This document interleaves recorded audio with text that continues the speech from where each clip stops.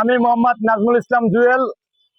আমার বাসা গলাচিপা পৌরসভা, শ্যামলীবাগ ২ নং ওয়ার্ড।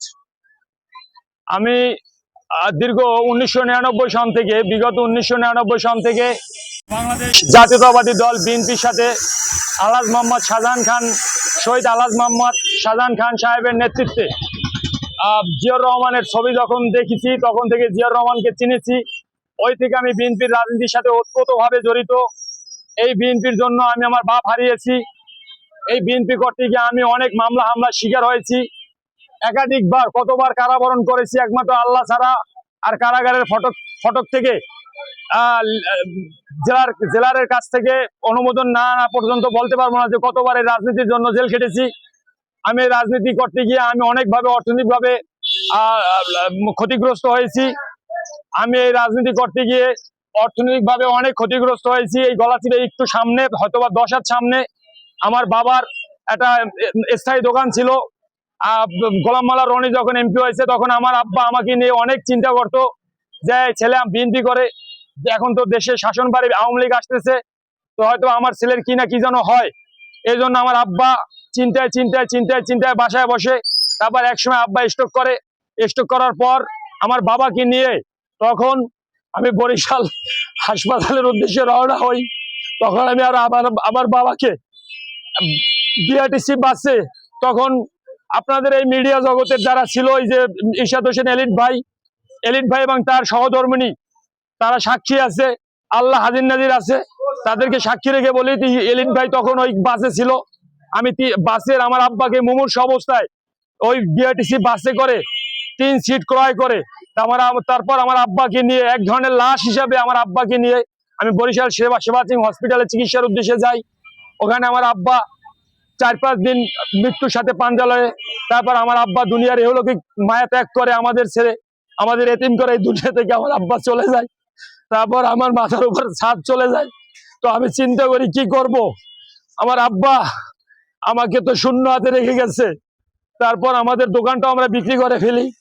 তো আমার আম্মা আর আমার একটা ছোট ভাই, তো চিন্তা করতেছি যে আমার আব্বা আমাকে রেখে গেছে, আল্লাহ আমাকে সুস্থভাবে বাঁচিয়ে রাখছে, আমার 2টা হাত আছে, 2টা পা আছে।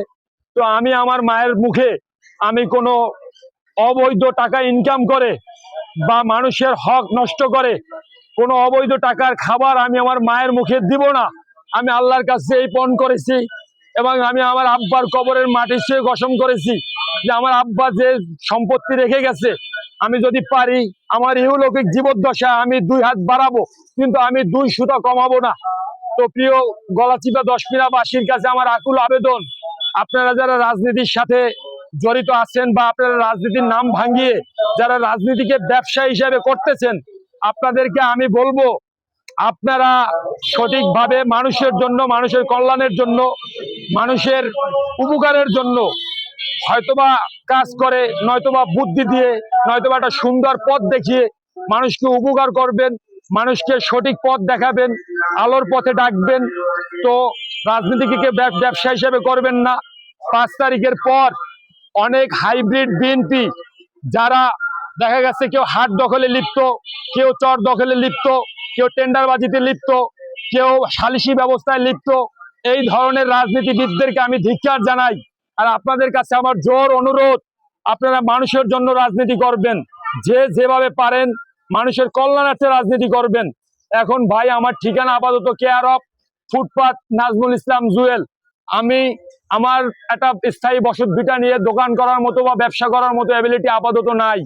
এই কারণে আমি এই বিজনেসটা বাছে নিছি যে আমার মা আছে, আমার মায়ের সেবা করতে পারতেছি, এটা দিয়ে আল্লাহ আমার রিজিক রুজি রুটির ব্যবস্থা করে দেয়, এটার মধ্যে আল্লাহ আমার অনেক বরকত দেয়, এটা দিয়ে আমি চলতে পারতেছি।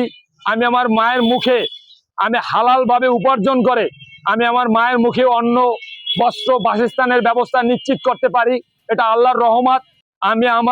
আমি মনে করি এটাও আমার একটা জীবন যুদ্ধ। আমি এটা চালিয়ে যাচ্ছি, জানি না আল্লাহ এখান থেকে আমাকে কোথায় নিয়ে পৌঁছায়। আমি এটা চালিয়ে যাব ইনশাল্লাহ। আমি সৎ পথে থাকার চেষ্টা করি এবং আপনারা যারা আছেন, আপনারা আমার কেউ ভাই, কেউ বড় ভাই, কেউ বন্ধু, কেউ শুভাকাঙ্ক্ষী, আপনারা আমাকে সৌহার্দ্যপূর্ণভাবে দেখবেন এবং আপনারা যে যেভাবে পারেন আমাকে একটা সৎ পথ দেখাবেন, যাতে আমি সুন্দরভাবে আমার জীবনটা পরিচালিত করতে পারি।